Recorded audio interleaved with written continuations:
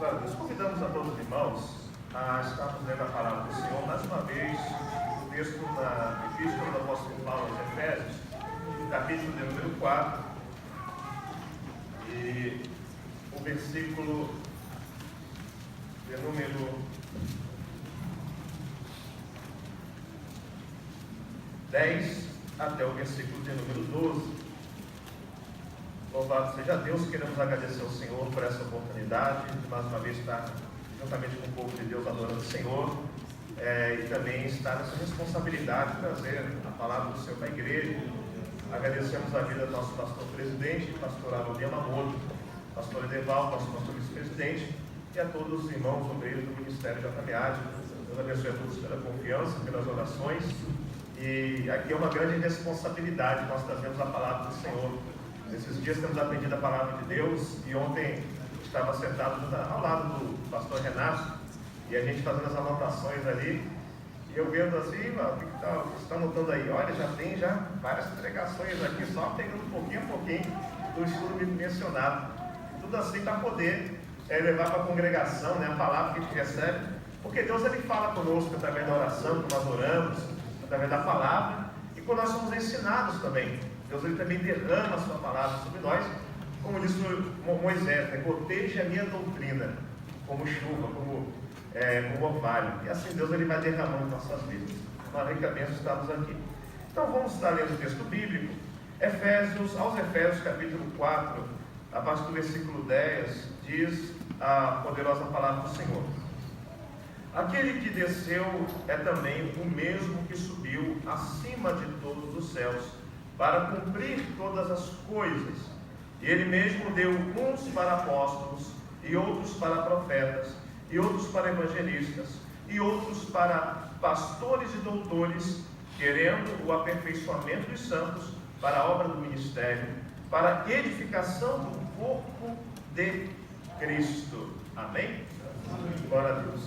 Então nós estamos aqui nessa 18ª Escola Bíblica, no tema Aperfeiçoando os Santos para a obra do ministério, e lendo o texto bíblico, nós fazemos a leitura agora, vemos que vamos fazer a seguinte pergunta: quem que deseja o aperfeiçoamento da obra do ministério? Quem deseja o aperfeiçoamento dos santos? Quem é a pessoa que deseja em primeiro lugar? No próprio texto nós encontramos aqui que é o Senhor Jesus. O versículo 10 nos faz que foi aquele que desceu e também o mesmo que subiu, referindo-se à pessoa do Senhor Jesus, e é ele que mesmo que deu uns para apóstolos e assim por diante, os ministérios, e ele querendo o aperfeiçoamento dos santos.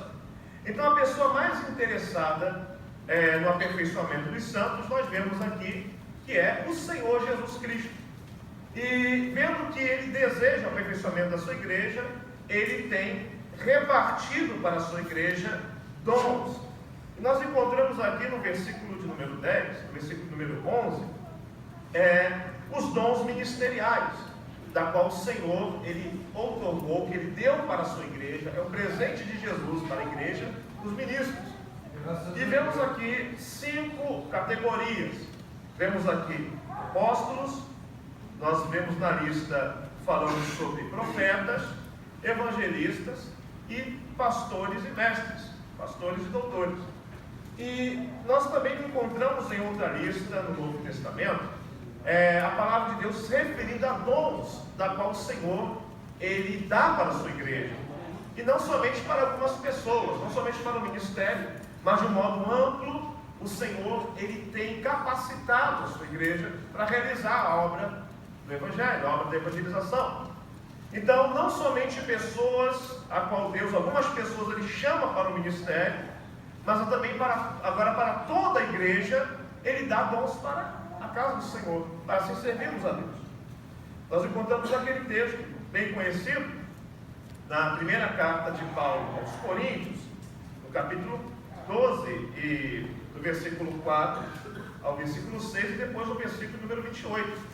Nesse texto que fala do 1 Coríntios capítulo 12 até o 14, ele está falando dos dons para a igreja.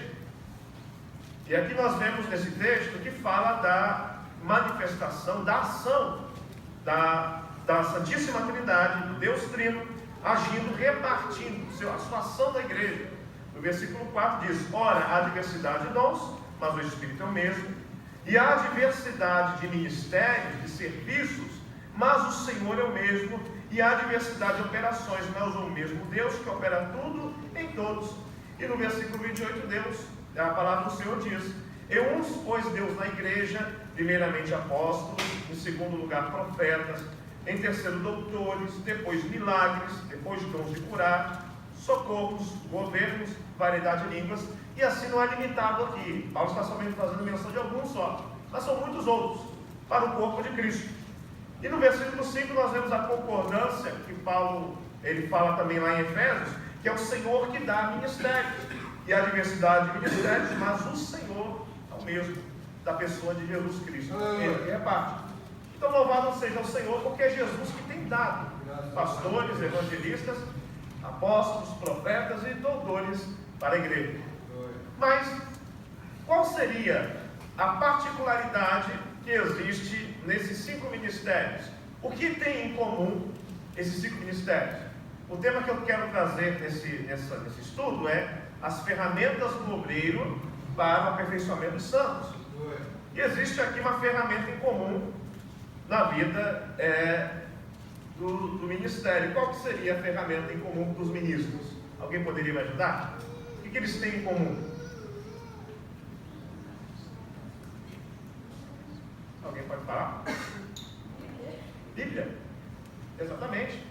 A palavra de Deus. A Bíblia Sagrada. Então, todos eles, tanto apóstolos até doutores, nós vemos que eles são ministros da palavra, ministros do Evangelho.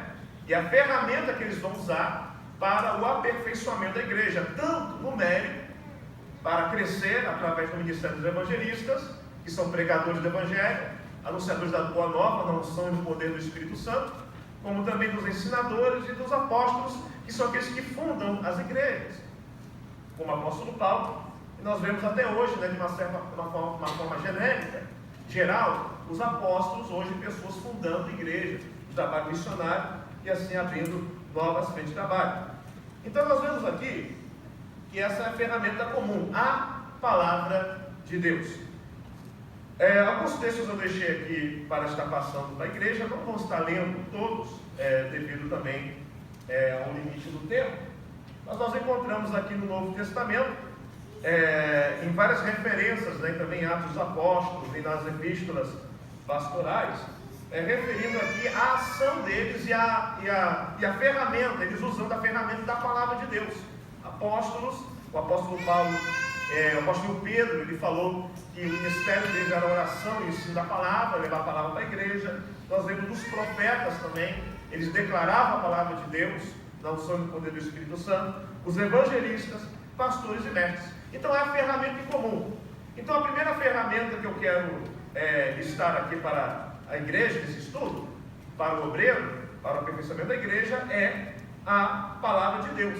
A primeira ferramenta, a ferramenta 1, as Sagradas Escrituras. E o interessante, irmãos, quando nós nos olhamos para a palavra de Deus, você pega em suas mãos hoje a palavra de Deus, a Escritura Sagrada, o exemplar da Escritura Sagrada, nós vemos aqui que são textos milenares. A palavra de Deus, como todos aqui sabem, ela levou um período de 1.600 anos. Já existe mais de 3.000 anos, desde o início, quando Moisés começou a escrever Gênesis, até terminando em João, escrevendo o livro de Apocalipse. Período de 1.600 anos. Há 2.000 anos que essa escritura, quase 2.000 anos, ela está completa, está acessível a nós. Mas aqui eu quero trazer, irmãos, um rápido panorama histórico em relação às Escrituras Sagradas, para ver quanto levou de elas iniciar desde as mãos dos escritores sagrados, como Moisés, o apóstolo Paulo, Mateus, Lucas, escrevendo os originais, até chegar aos nossos dias, nesse período de mais de 2.000 anos.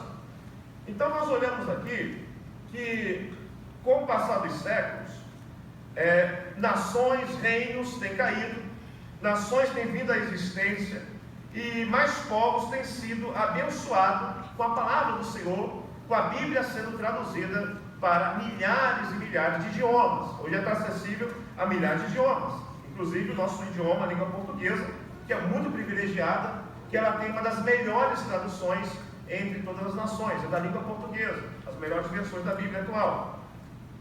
E nós vemos aqui que o texto, primeiramente, da Bíblia, depois que ele foi escrito pela mão de homens que foram inspirados por Deus, escreveram, ela foi depois copiada, foi preservada através de manuscritos.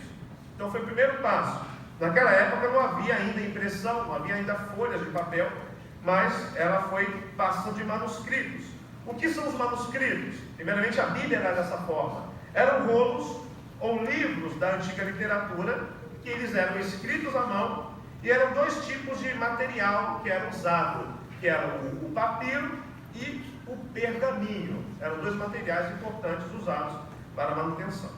O papiro ele é usado há mais de 3.000 anos, e vemos que o papiro ele é usado antigamente, até mesmo na cultura do Egito. Ele foi amplamente usado nas sinagogas judaicas do tempo do exílio.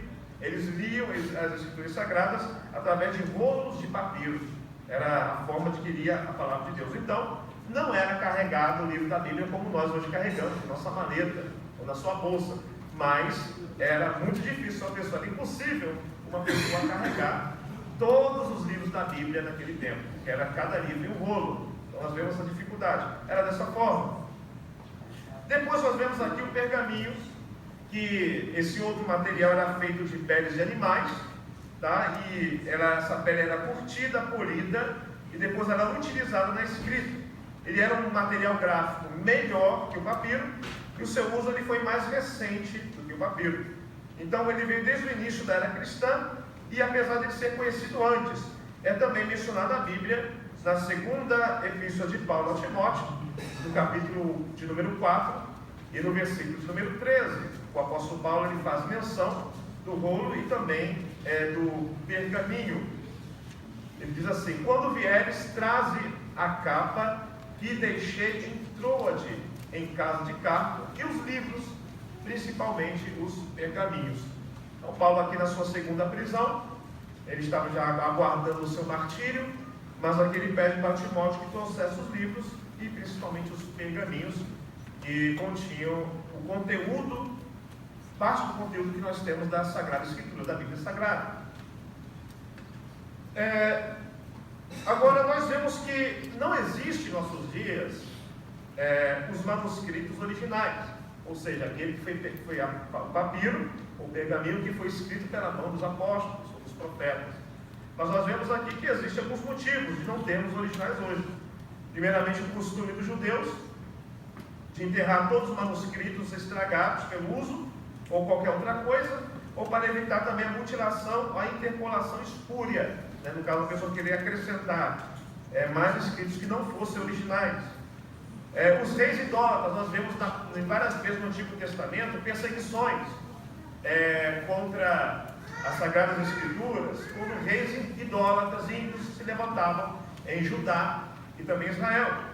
Nós encontramos, por exemplo, o rei Manassés, que ele colocou a adoração idólatra no templo, e depois, no reinado de Josias, o descendente dele, que foi encontrado, você vai encontrar lá no livro de Reis, segundo Reis, foi encontrado o livro da lei dentro da casa de Deus, porque não havia cópias, era muito raro, porque possivelmente Manassés, ele declarou a destruição das Escrituras Sagradas, porque ele estava voltado totalmente à idolatria e à feitiçaria, e perseguiu assim aqueles que promulgassem a palavra de Deus. Nós encontramos na história, também no século 3 a.C., o rei da Síria, Antíoco IV Epifânio, que foi da dinastia Seleucida, e ele foi extremamente cruel e decidiu exterminar a religião judaica.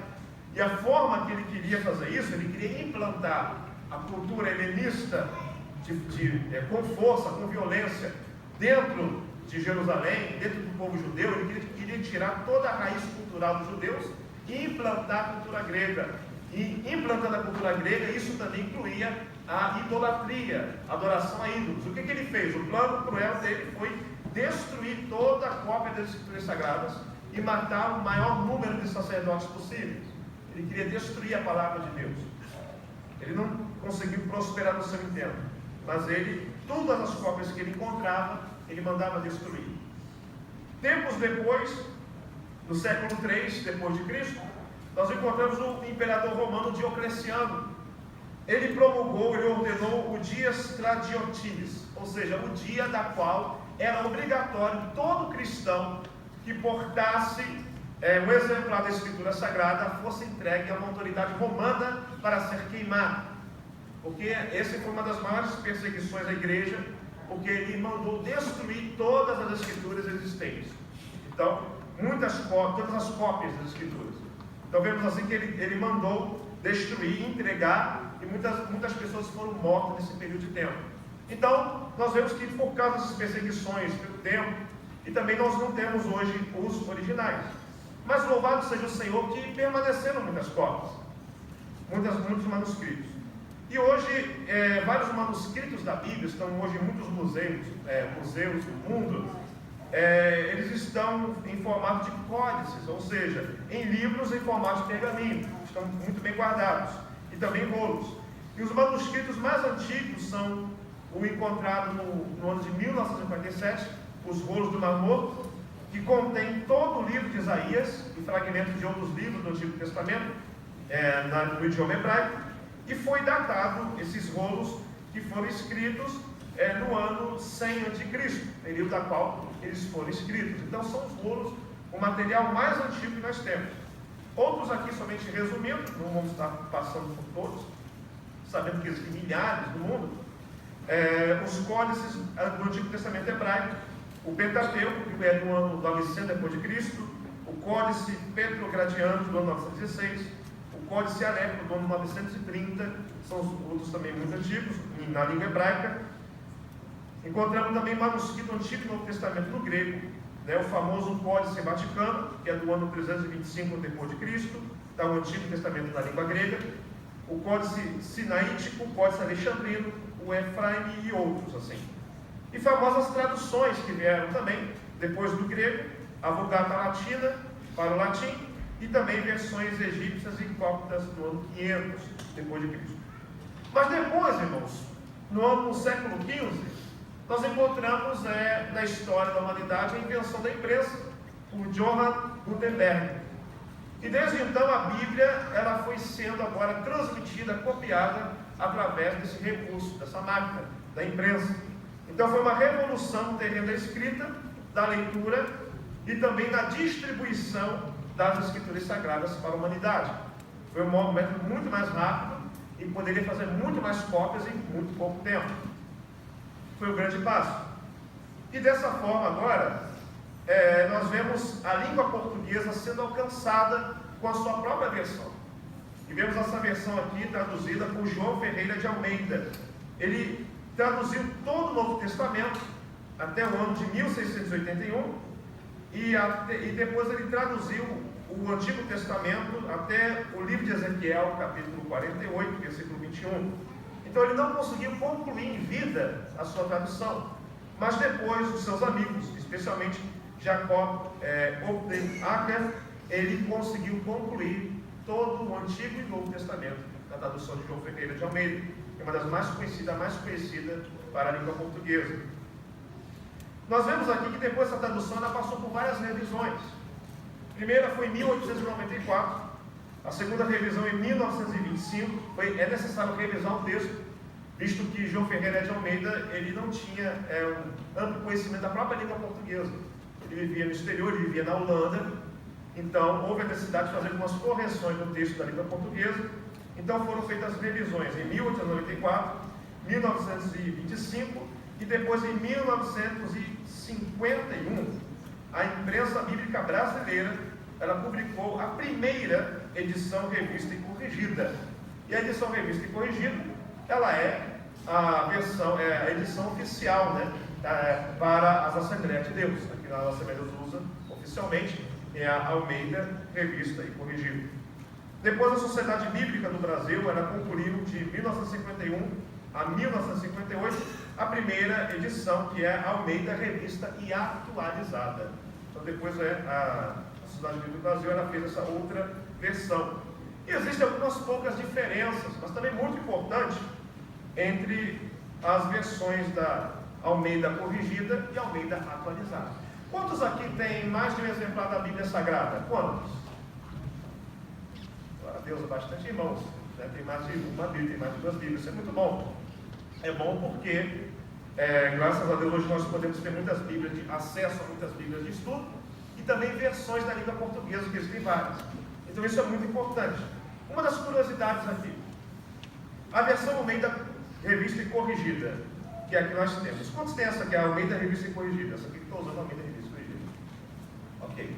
Atualizada, quantos estão usando hoje? Outras versões? Que não é. Amém. Glória a Deus. Então aqui nós temos a Almeida Revista e Corrigida. Umas curiosidades. O texto do Antigo Testamento, dessa versão, ela foi um texto massorético, o Antigo Testamento, e o Novo Testamento, textos recépticos. Ou seja, são o texto massorético eram manuscritos que foram encontrados em determinada região, nos seus 3.000 manuscritos, que foram naquela época, e depois eles foram passados para a imprensa, na língua hebraica original, no grego, e João Ferreira de Almeida, ele pegou e traduziu depois para a língua portuguesa. Então foi esses passos que foram levados, num período de 200 a 300 anos. Depois, nós vemos também que o texto recépticos é um texto que também foi encontrado, em determinada igreja, fugindo da expansão do Império Bizantino, ou seja, da expansão islâmica. Então, muitos crentes que haviam naquela região do Oriente, eles fugiram para a Europa e levaram esses manuscritos, é chamado texto recéptico.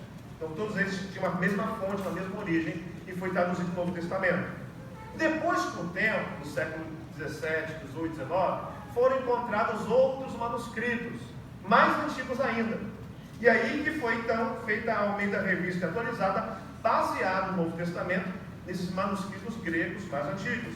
E é usado, ela tem como fonte o chamado texto crítico do Novo Testamento, baseado em traduções mais antigas do Novo Testamento, e também a forma de interpretar o Antigo Testamento é usado o texto crítico. E você vai ver alguma diferença aqui. Como é importante nós termos algumas versões diferentes. Por exemplo, é importante o obreiro ele consultar outras versões do texto bíblico para melhor compreensão. Então, já que é uma ferramenta, nós vemos aqui um panorama histórico para essa ferramenta chegar até hoje. E glórias a Deus que Deus levantou muitos homens na história para poder preservar o texto bíblico, traduzir para o idioma de outras nações. Isso foi tudo a mão de Deus, a preservação de Deus e pessoas que amavam as Escrituras Sagradas. Chegaram até nós. E hoje nós temos, irmãos, esse privilégio de termos na língua portuguesa diversas versões. Então nós que estamos aqui como obreiros para aperfeiçoamento da igreja, você que ensina a escola dominical, você que você ensina, você prega a palavra, tem ensinado a palavra para a igreja, é muito importante valorizar isso, como Deus ele tem abençoado o nosso idioma com as Escrituras Sagradas. Tem outros textos. Então é importante ter isso para melhor compreensão. Vejamos aqui. Um texto, 1 Crônicas 25:5. Almeida Revista e Corrigida. Primeiro livro de Crônicas, capítulo 25, versículo 5. Aqui quem tiver Almeida Revista e Corrigida, somente lê esse texto. E depois alguém que tem na Almeida Revista e Atualizada, ou outra versão também, outra pessoa com outra versão também. Então quem tem o texto em 1 Crônicas 25:5, Almeida Revista Corrigida, por favor. Todos estes foram filhos de Emã, vidente do rei nas palavras de Deus, para exaltar a correr. Deus dera a Emã 14 filhos e 3 filhas. Muito bem. Todos estes eram filhos de Emã, vidente do rei, para exaltar o que? O irmão falou? Nas palavras de Deus, para exaltar a correr. Exaltar a correr. Ok. O irmão que leu, o que o irmão entende desse texto? Vamos poder interpretar ele. O que ele está falando no texto? Alguém que puder entender também na corrigida? Vamos lá pedir ajuda dos irmãos. 1 Coríntios 25:5. É claro que você está vendo o contexto, né? Os irmãos estudam a Bíblia, estão vendo que está antes e depois para poder compreender e poder explicar. E mais somente essa palavra, né? Somente a frase. O que o irmão entende na frase? Somente por enquanto a frase. Exaltar a correr. Remã, ele era. O que ele era? Poeta. Músico. Correto? Levita? Correto? Tudo bem. Então, exaltar a corneta dá sem entender, tocar a corneta. Parar aqui. Aumenta a revista atualizada. Aqui tem o mesmo texto. Por favor.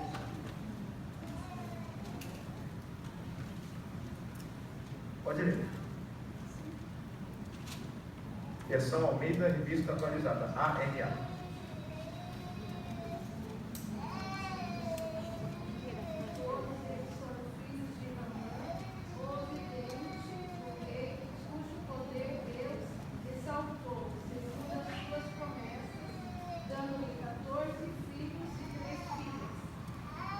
Amém.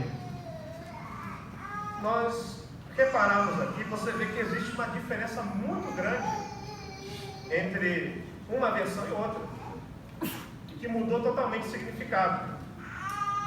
Na Almeida Revista Corrigida, nós vemos ali o texto que diz assim: todos eles foram filhos de Remã, vidente do rei, nas palavras de Deus, para exaltar a corneta. Deus dera a Remã 14 filhos e 3 filhas. Almeida Revista Corrigida. Almeida Revista Atualizada. Todos estes foram filhos de Remã, o vidente do rei, e cujo poder exaltou segundo as suas promessas, dando-lhe 14 filhos e 3 filhas. Totalmente diferente desse significado. É por isso que quando nós pregarmos, o irmão que pregar, ensinar, levar a palavra para aperfeiçoamento, precisa consultar outras versões, é importante. Aqui nós vemos uma particularidade. Até foi um trabalho que nós passamos na ETES, né, para os alunos. Os alunos ficaram fazendo o trabalho e foi bem sucedido. Então, outra tradução, alguém tem diferente? NVI, o NPLH? Pode ler, por favor, pastor. King James. King James, pastor, pode ler, por favor.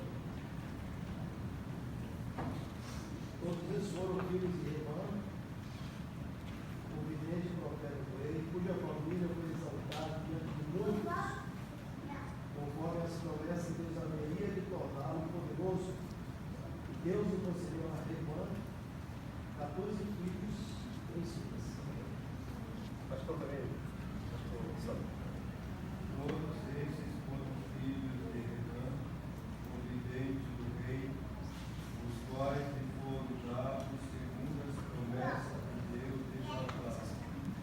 Deus deu a Remã 14 filhos e 3 filhas. Amém. Qual que seria aqui, por que existe essa diferença? Bom, a começar a dificuldade para a tradução. A língua hebraica, no original antigo, ele não tinha pontuação, vírgula, ponto, interrogação, não havia interrupção nas letras.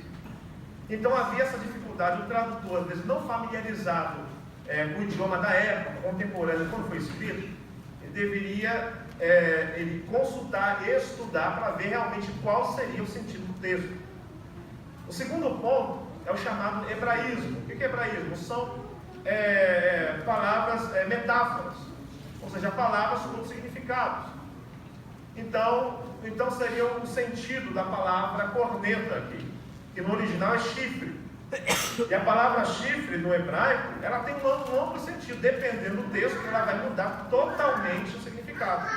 Porque o chifre ele era usado como corneta, um instrumento musical que era feito com um chifre de animal. Havia também, você vê lá em 1 Samuel, quando Samuel ele vai ungir Davi, na Almeida Revista Corrigida, eu creio que a palavra está vaso, ele tirou do seu vaso o azeite. Já na Almeida Revista Atualizada, a tradução está tirou do seu chifre. Então era um objeto feito com chifre de animal que era responsável para carregar o azeite da unção. E o chifre, ele tem um significado da literatura poética e profética que significa poder. Então, literalmente, chifre, ele também ele é um objeto, mas dependendo do texto, ele tem um sentido metafórico, que significa poder, força, vigor. Então, a palavra chifre aqui, talvez o tradutor da Revista e Corrigida, ele pensou já no instrumento, foi a ideia que veio, ao chifre. Mas agora, o tradutor, ou tradutores da Almeida atualizada e outras versões, eles já viram assim, não, pode ser outro sentido da palavra. Pode ser a metáfora, chifre no sentido de poder. E como é que faz agora para saber o que é? O próprio texto já fala. Porque ele está falando, você vai ler do versículo 1 até o versículo de número 5, 6, você vai ver que Remã se destacou por ter muitos filhos músicos. E ali você vê no Antigo Testamento o costume, que era também, o povo reconhecia que quando uma pessoa tivesse muitos filhos, era resultado da bênção de Deus. Por isso que faz as promessas de Deus. Então Deus já tinha profetizado, em algum momento na vida de Remã, que ele seria próspero e teria muitos filhos, estaria honrando ele na casa do Senhor. Então nós vemos aqui. Aí a crítica textual, e também o estudante da Bíblia, a pessoa que vai pregar, ela vai fazer uma comparação, mas qual será a versão mais confiável aqui? Porque realmente sabemos que o trabalho para tradução é muito difícil. E ao meio da Revista Corrigida, ela é uma Bíblia realmente confiável. Mas nós vemos aqui algumas variações. Primeira coisa, você vai usar o chamado método, que existe na hermenêutica chamado crítica textual, que os tradutores ao meio da Revista Atualizada usaram. E o obreiro, para investigar, ele vai usar. Então você vai pesquisar dentro da Bíblia esse significado. Será que está de acordo isso? Será que chifre realmente significa poder? Nós encontramos em muitos textos isso, como está falando. Mas aqui eu deixei para os irmãos depois estudar em casa, você comparar 1 Crônicas 25, 5, depois 1 Crônicas 13, versículo 13 e 14, e 2 Samuel capítulo 6, versículo 10 e 12, 1 Crônicas 26, 4 e 8. Então você vai entender aqui no texto que ele está falando da bênção de ter muitos filhos, como bênção de Deus. O texto está muito claro. Tá? E um desses textos aqui ele fala sobre Obed-Edom. Estamos aqui em 1 Crônicas? Vamos lá, 1 Crônicas 13 e 14. Vamos lá ler.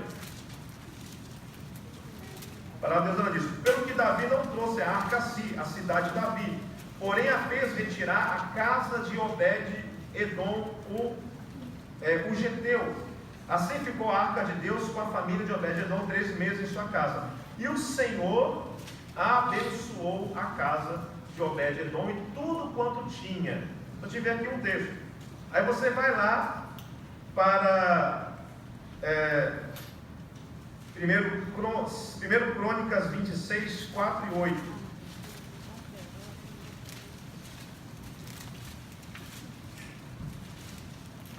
E depois 2 Samuel 6,12. 1 Crônicas 26, 4 e 8 diz: e os filhos de Obed-Edom, o mesmo Obed-Edom que a arca ficou na casa dele, foram Semaías, o primogênito, Jeozabade, o segundo, Joel o terceiro, Sacar o quarto, Nataniel o quinto, Amiel o sexto, Isacar o sétimo, Belutai o oitavo, porque Deus o tinha abençoado.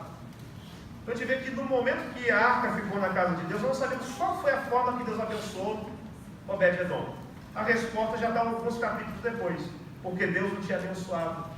E aqui a questão é que ele tinha muitos filhos. Então nós vemos assim, podemos comparar o texto e chegar à conclusão que ao meio da Revista Atualizada, ela é mais confiável, o texto é mais claro. De 1 Crônicas 25, 5, quando nós fazemos a investigação. Outro ponto aqui para nós estarmos estudando rapidamente.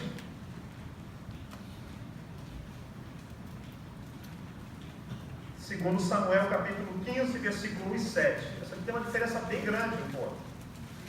Segundo Samuel, eu vou pedir para o irmão, uma irmã, segundo o livro de Samuel, capítulo 15.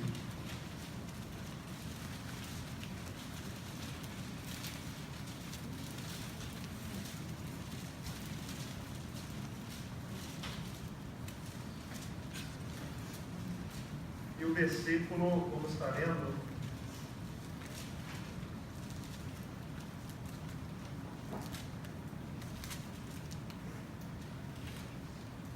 versículo de número 7. Não vamos estar lendo o texto todo, mas aqui está falando quando Absalão, filho de Davi, ele tentou chamar todo o povo, ele começou a Aí até a frente da cidade, dizer para o povo: quem me dera se eu fosse juiz da terra e não meu pai. Eu fazia isso. E começou a querer ganhar o coração do povo. Né? E começou a conspirar contra o seu pai. O versículo 7 fala o período de tempo. Aumenta a revista corrigida. Como está? Quem tiver essa versão? Aconteceu, pois, ao cabo de 40 anos, que Absalão disse ao rei: deixa-me ir pagar, que me lembrou 1.000 corpos que lutei ao Senhor. Ok? Então fala que 40 anos, por 40 anos, Absalão fez isso. Mas agora, se nós olharmos em outra versão, como é que está? Diferente. A Almeida Revista Atualizada. Quem tiver para...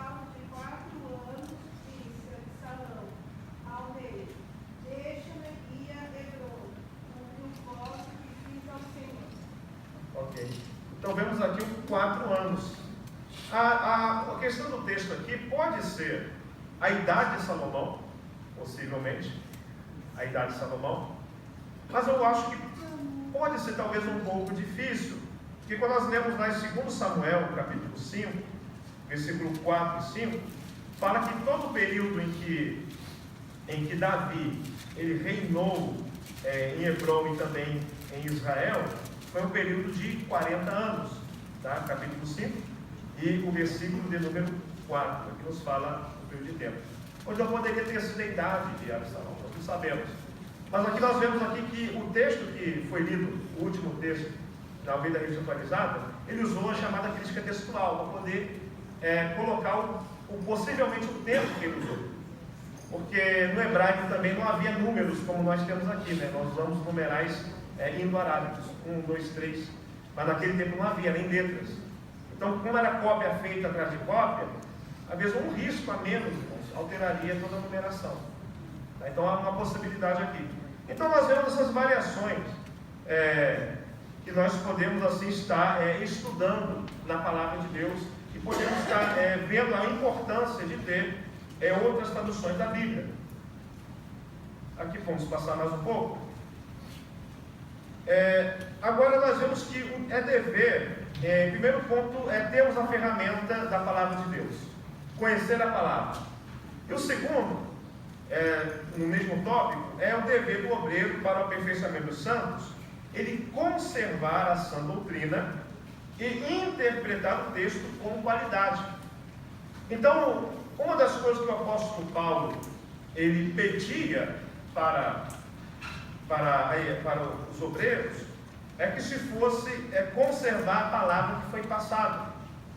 Então, quando Paulo ele escreve para Timóteo na sua segunda carta, no capítulo 2, no versículo 2, nós vemos aqui que Paulo ele já sabia que estava próxima a hora da sua partida, próxima a hora da sua morte.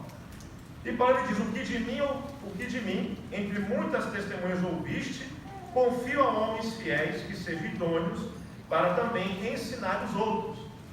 Então, Timóteo ele foi um jovem preparado, ele era um evangelista, mas agora Paulo, ele já sabendo que estava próximo à sua partida, ele estaria já confiando agora o legado da palavra de Deus, do ensino da palavra para Timóteo. E não somente para Timóteo, mas também que ele pudesse passar para pessoas, homens fiéis, idôneos, para também ensinarem a outras pessoas. E nós vemos que esse processo do ensino da palavra tem perdurado por séculos, até chegar aos nossos dias. Deus tem levantado homens, tem levantado pessoas fiéis para passar a palavra de Deus. E a nossa responsabilidade para continuar esse legado, esse transporte da palavra, esse ensino, é que nós também venhamos a conservar, como diz a palavra de Deus, conservar o ensino da qual nós recebemos. Conservar a palavra de Deus. Confiar pessoas fiéis. Então, o que nós vemos nos dias de hoje, como era no tempo dos apóstolos, eram muitas pessoas que estavam entrando na igreja, falsos mestres com falso ensino, e acrescentando a palavra, ou tirando da palavra, da doutrina, ou colocando então outro tipo de ensinamento.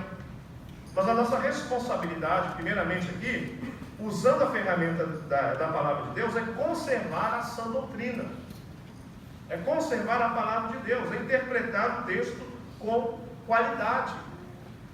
E por isso que é importante que nós venhamos a ter aptidão sempre em estar aprendendo, estudando, participando de estudos bíblicos, conferências como essas. Nós vemos aqui o impacto quando é interpretada a palavra de Deus com qualidade. O texto que vemos aqui no livro de Neemias, capítulo 8, e no versículo 4, 5, 7 ao 9, nos fala que quando foi convocado que todo o povo se reunisse depois do exílio, depois da reconstrução do templo, depois da reconstrução dos muros, o povo se reunisse ali na praça central e pudessem estar ouvindo a palavra de Deus.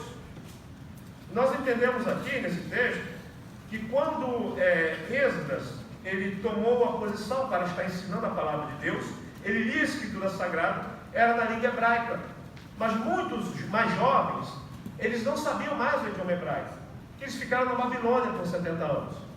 E nesse período de tempo, muitos assim não tinham mais aquele amplo conhecimento da língua hebraica.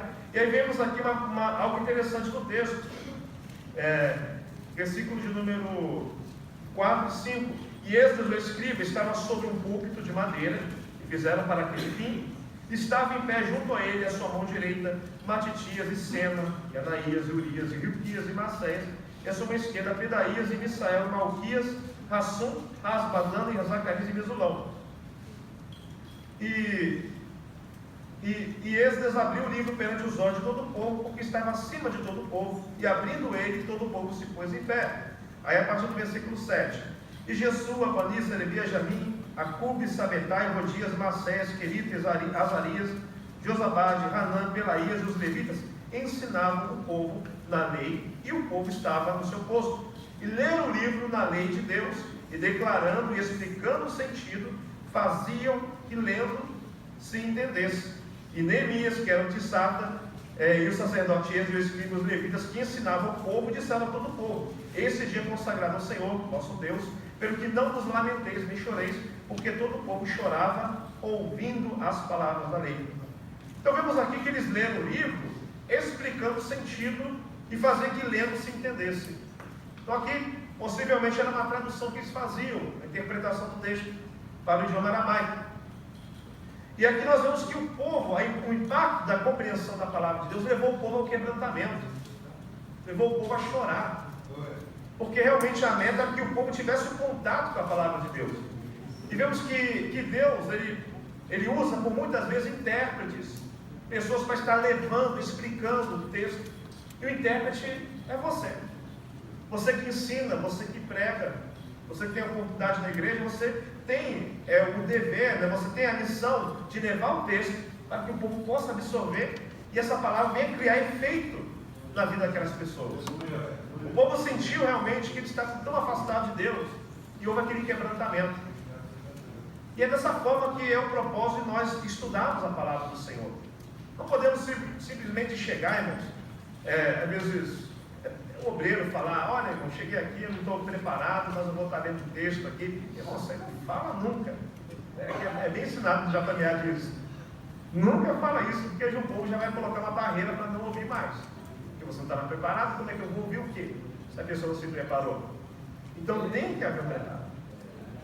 Tem que estudar. Você tem essa missão, eu quero levar a palavra que venha falar com o povo, aquilo que Deus falou no meu coração. Eu possa poder transmitir com qualidade, com clareza a palavra de Deus. E por isso que a importância de nós estudarmos, compreendermos versões da Bíblia, valorizar isso, essa ferramenta, conservar a sã doutrina. Quando vemos aqui um dos requisitos para o presbitério, 1 Timóteo 3,2, apto para ensinar, apto a ensinar. A palavra que Paulo usa é a palavra didaticos, que significa capaz de comunicar os ensinamentos cristãos. Então, para ser um obreiro, um presbítero, um ensinador, ele precisa ter a capacidade de comunicar, de transmitir ensinamento. E nós sabemos, irmãos, que muitas vezes a prática do ensino, ela não começa de uma hora para outra. Nós somos eternamente aprendizes, sempre aprendendo, crescer. Mas é claro que quando vamos ter oportunidades, Deus vai dando oportunidade, nós vamos nos preparando melhor. Então, sempre repito, falo para os irmãos valorizarem escola bíblica, valorizar o convite que o pastor, o dirigente, ele faz para você de ministrar a aula. Porque Deus ele vai estar preparando você, está te preparando para te usar para ministrar para as pessoas. Sejam crianças, sejam jovens, adultos. Então deve ter esse preparo, apto para ensinar, didáticos, instrutivo, didático. E também devemos ser aptidão também para aprender mais. Nós nunca chegamos a um limite do nosso conhecimento bíblico ou conhecimento teológico. O texto lá que nós falamos no início, Paulo pediu para Timóteo trazer os rolos e os livros. Então vemos que o apóstolo Paulo na prisão, mas ele querendo mais ainda aprender, mais conhecimento para a vida dele. E um dos textos mais tremendos que eu vejo de missão transcultural no Novo Testamento é Atos capítulo 17, quando Paulo, o apóstolo, ele vai pregar em Atenas. E naquele lugar, especialmente naquele lugar, é diferente porque não havia sinagogas, não havia ali, no Aerópago, não havia judeus, eram todas as pessoas gregas, todos os estrangeiros. O apóstolo Paulo, ele é uma pessoa muito preparada, muito culto, e a forma que ele chegou para pregar para aqueles atenienses, nós vemos que ele não começou a citar a Escritura Sagrada, porque eles não tinham contato com a Bíblia. A Escritura Sagrada, que até aquele tempo então, era só o Antigo Testamento. Mas ali nós vemos que Paulo estava falando no e-mail de poetas, filósofos, estudantes de filosofia no Aerópago. E quando Paulo chega lá, uma curiosidade que Paulo não cita a Bíblia, mas ele começa a citar livros seculares. Quando ele fala no versículo 28, porque nele vivemos e nos movemos e existimos, como também alguns dos nossos poetas disseram, pois somos também sua geração. Paulo está citando o poeta Epímenes, o poeta cretense, Epímenes do ano 600 de Cristo. Vemos também ali, porque nele vivemos. Paulo ali está falando também de outro poeta, também outro filósofo, Clemento. E interessante que quando Paulo chega, ele fala: olha, eu venho pregar ao Deus desconhecido, a quem vocês cultuais, porque havia um altar ali com nenhuma imagem. E aí Paulo pega um ponto de contato para levar a palavra de Deus. Ele ganha a atenção dos ouvintes. Você vê a estratégia que ele usou. Ele não foi da mesma forma pregando na sinagoga, que era chegar, geralmente ele chegava na sinagoga, ele abria o Antigo Testamento, lia a Escritura, uma profecia, e começava a falar que era referida a Jesus. Ele começava a anunciar o Messias. Mas aqui não havia Escritura, não havia conhecimento. Mas ele usou ali o recurso que ele tinha de conhecimento. Trouxe um ponto de contato, a cosmovisão daquelas pessoas.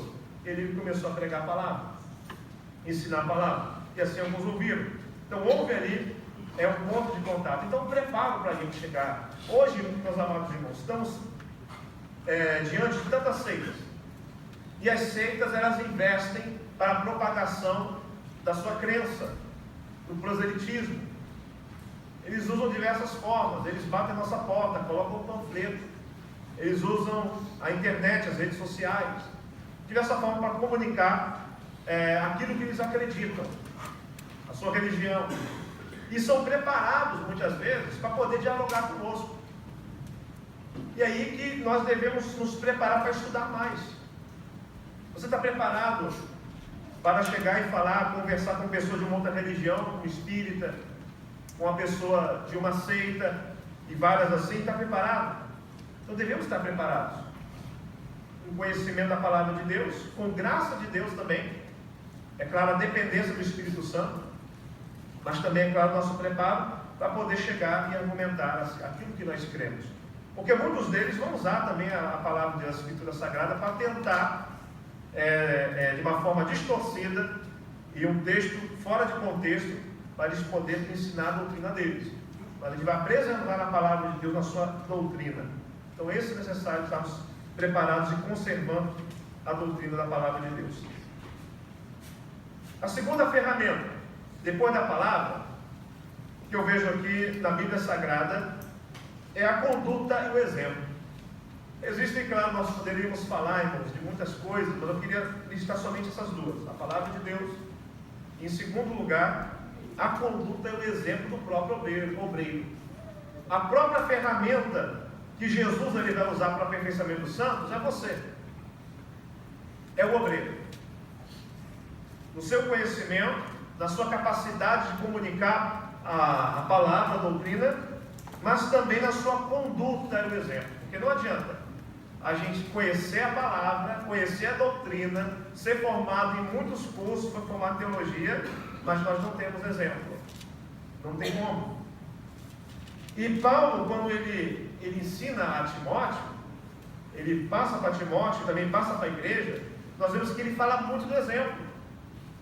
Quando ele ensina, por exemplo, aqui aos Coríntios, no capítulo 11, da primeira carta do apóstolo aos Coríntios, ele fala do seu exemplo, como se ele diz assim: sede meus imitadores, como também o de Cristo.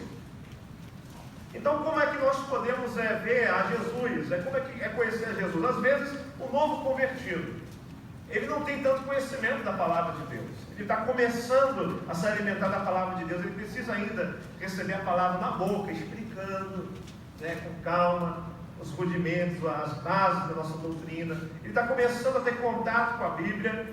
Mas como é que ele vai ter o que vai estar impactando a vida dele, além disso? É o exemplo daqueles que são mais maduros na fé. O exemplo daqueles que estão mais tempo na igreja. O exemplo dos obreiros. E aqui eu falo obreiros, mas tanto irmãos que trabalham como irmãos também. Tá? Todos nós. Então, sede meus imitadores, Paulo fala, como eu também sou de Cristo. Ou seja, Paulo ele tinha essa convicção que ele fazia o máximo para o exemplo dele ser conforme a Jesus Cristo, o seu caráter. Nos outros textos também nós o encontramos. Vamos convidar os irmãos a ler Filipenses 3,17. Nós vamos encontrar ali: sede também meus imitadores, irmãos, e tende cuidado, segundo o exemplo que tendes em nós, pelos que assim andam. Ser imitador novamente, ter cuidado, segundo o exemplo, segundo o modelo que tem neles, nos apóstolos, nos obreiros. Paulo está se referindo ali, pelos que assim andam. E também no capítulo 4, versículo 9: o que também aprendestes e recebestes e ouvistes e vistes em mim, isso fazei, e o Deus de paz será convosco.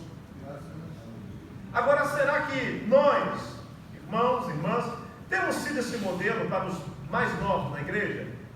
Será que eles têm olhado para a nossa vida e eles podem falar: olha, eu quero ser como esse irmão, esse diácono, eu quero ser como esse cooperador, esse pastor, esse evangelista, eu quero ser como essa irmã do ciclo de oração, olha, eu quero ser como essa jovem. Eu não sei vocês, mas quando eu comecei a ir a frequentar a igreja, o pastor Evaldo foi meu pastor, ainda é pastor, mas me pastoreou, me discipulou. Uma das primeiras coisas, pastor Evaldo, que eu fiz, pintando jovens, é observar os jovens, pastor Evaldo. Eu quietinho, eu ficava observando como é que eles falam, qual é o conteúdo da conversa deles, qual que é o assunto que eles falam um com o outro. Eu queria saber como é que é. Porque a gente queria ver, se é que é diferente, queria ver diferença do que é do mundo. No mundo, vocês sabem, as pessoas às vezes estão indo no trabalho, na escola, tu chega lá, as pessoas com as suas conversas, com palavreado baixo, murmurando, falando mal do outro, falando mal do chefe, caluniando um ou outro, sempre esse tipo de conversação. Palavras que não edificam, conteúdo que não edifica. Mas aí quando um novo convertido ele vai chegar na igreja, ele aceitou Jesus, ele foi impactado pela palavra. Agora, segundo ponto, ele vai observar a conduta das pessoas, porque ele está saindo de uma realidade. A Bíblia nos fala que Jesus nos transportou do principado das trevas para o reino do Filho do seu amor. Houve Jesus nos transportou de uma realidade espiritual. E nessa realidade espiritual agora no reino de Deus, nós estamos convivendo com pessoas que são do reino de Deus, que é diferente do reino do mundo, das trevas. Isso é uma diferença. Será que a minha conduta com o obreiro, a sua conduta com o obreiro do Senhor, eles estão vendo isso? Porque não adianta pregar, não adianta ser um bom pregador, não adianta ser um melhor ensinador se você não tem exemplo para dar. Não tem como. Não há como aceitar, não há como ter o crescimento, não há como ter aperfeiçoamento. Porque assim eram os escribas e fariseus, a qual Jesus sempre condenava. Eles eram hipócritas. Eles falavam e não cumpriam o que falavam. E a nossa conduta, no nosso dia a dia. Paulo está falando aqui do dia a dia. Quando nós olhamos ali, é o texto que vai ser lido amanhã, na separação e consagração de obreiros, nós vemos ali que, quando se refere em 1 Timóteo capítulo 3, vocês vão reparar que as virtudes aqui que o apóstolo Paulo fala para Timóteo observar, é mais da conduta do que conhecimento bíblico. Ele é muito mais. Ele fala, tem que ser apto para ensinar. É claro, tem que ter o conteúdo. Mas a maior parte aqui, tanto para diáconos como para presbíteros, você vai ver que é da conduta moral. O que é o presbítero? Rapidamente. Ele tem que ser irrepreensível. Ele tem que ser marido de uma mulher. É claro que havia poligamia naquele tempo, mas marido de uma esposa. Casamento exemplar. Vigilante, sóbrio, honesto, hospitaleiro. Não neófito. Não novo convertido. Bom testemunho. Do diácono também. Sejam homens, não de língua dobre. Acho interessante essa palavra língua dobre. Quando fala dobre, ele tem dois sentidos de falar. Uma coisa ele fala aqui, depois ele fala outra lá. Ele não cumpre a palavra, língua dobre. A palavra dele muda. Para uma assim, para outra de uma forma diferente. Ele fala outra coisa. Não é de língua dobre, não. Ele tem uma palavra só. É sim, sim, não, não. É honesto, é verdadeiro, diácono. Irrepreensível. Não pode ser cobiçoso, de top ganância. E assim vai você ver que a maioria aqui é dessa questão de conduta. E também as mulheres. De sorte, da mesma sorte, versículo 11, as mulheres sejam honestas, não maldizentes, não é mulher que fica falando mal das pessoas, sóbria, fiéis em tudo. Então aqui também fala da questão das mulheres. Pessoas que são, ou seja, a conduta dela, social e dos obreiros também. Então isso vai contar para a separação de obreiros, irmãos. Os obreiros que são separados por esse ministério, nós sabemos, são instruídos, é observada a sua conduta na congregação, na sua família e também tem que ser na sociedade. Uma certa vez, um vizinho meu, ele era policial militar. Ele é policial, mas eu creio que hoje não sei se já aposentado. Mas uma vez aconteceu que foi um policial militar lá em casa, a paisana, não estava de uniforme, estava ali com uma prancheta na mão, ele bateu em casa. Aí ele se identificou, ele colocou a carteira dele de polícia militar, sou policial militar ali do batalhão tal. E aqui queremos fazer somente algumas perguntas sobre o rapaz. Ele citou o nome do meu vizinho. Ele vai receber uma comissão, ou seja, o cargo dele, né? Ele vai ter um cargo dentro da instituição. E eu quero saber como é que é o comportamento dele aqui na vizinhança. Ele é uma pessoa assim, começou a fazer algumas perguntas. Se é uma pessoa briguenta, se é uma pessoa que fala mal dos outros, como é que é o comportamento dele. E aí nós falamos um pouco, demos ali, né, o que nós sabemos, é uma pessoa de exemplo, uma pessoa exemplar, um bom cidadão, uma pessoa muito discreta. Eu nem sabia que ele era policial se não falassem para mim. Mas ele era policial, mas nunca ele demonstrou autoridade policial, ele sempre foi um bom vizinho. Sempre vimos ele dessa forma. E foram entrevistar. Aí eu me falou, muito obrigado, tenha uma boa tarde. Foi embora e foi em outras casas. Então, ou seja, você vendo uma instituição secular, polícia militar, se eles fazem isso, eles fazem entrevista para ver a conduta do policial quando ele vai receber um cargo, quanto mais agora na igreja, no reino de Deus. Porque o obreiro, ele tem que realmente ter uma conduta, não adianta ser pregador, não adianta pregar muito bem, até mesmo ser usado por Deus, se não tem uma conduta moral, se não é um bom pai de família, se não é um bom marido, não é um bom vizinho, não é um bom funcionário, não tem como. Então Paulo ele observou muito isso. E a segunda ferramenta para a edificação é a nossa conduta. E aqui eu vou concluindo com um texto que foi lido, o pastor Sérgio Marial ele fez essa leitura desse texto, Tito capítulo de número 2, versículo 7. Torna-te pessoalmente padrão de boas obras no ensino, mostra integridade, reverência, linguagem sadia e irrepreensível, para que o adversário seja envergonhado, não tendo indignidade nenhuma que dizer a nosso respeito. Padrão, o modelo, o exemplo de boas obras no ensino, integridade, reverência aos seus superiores da igreja, ao seu pastor, linguagem sadia. O obreiro, ele tem que tomar cuidado com suas falas, irmãos. Já vi mau exemplo de obreiro, não digo mais de crente, irmão, meu Deus, trabalhando em fábrica. O irmão lá brincava com as pessoas, e o irmão lá, ele chegava, a moça lá na fábrica, e aí, ficava aí, meu Deus do céu. Mau exemplo, irmão, mau exemplo. Deus do céu. Linguagem sadia. Para que o adversário, quem é o nosso adversário? O diabo, ele venha a ser envergonhado. Então ele não vai ter o que usar, porque o diabo é acusador. Ele vai procurar para nos acusar, irmão. Ele não vai ter argumentos. Não vai poder levantar a pessoa para acusar alguém, não sei se for calúnia, difamação. Mas quanto a isso, a gente vai vigiar, né? Tem que ser vigilante. Fugir da aparência do mal. Situações que possam parecer, mas não são. Tem que ser cauteloso com isso. Ser sábios.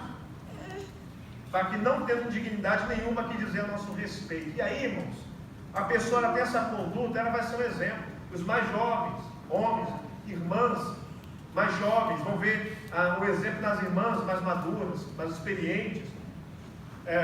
Os obreiros também, irmãos mais experientes, obreiros, as pessoas chegando na igreja vão ver isso. Pessoas que vão vir de outra igreja, vão vir do Brasil, uma das coisas que eles vão procurar muito é isso. Vão ver como é que são os irmãos aqui, vão ver a conduta deles, é no relacionamento aos poucos. Então que venhamos a ser exemplo, tomar cuidado. Nós não somos obreiros só na igreja, e lá fora não somos mais não. Nós somos sempre representantes do reino de Deus, aqui na igreja e lá fora. Então vigiando sempre.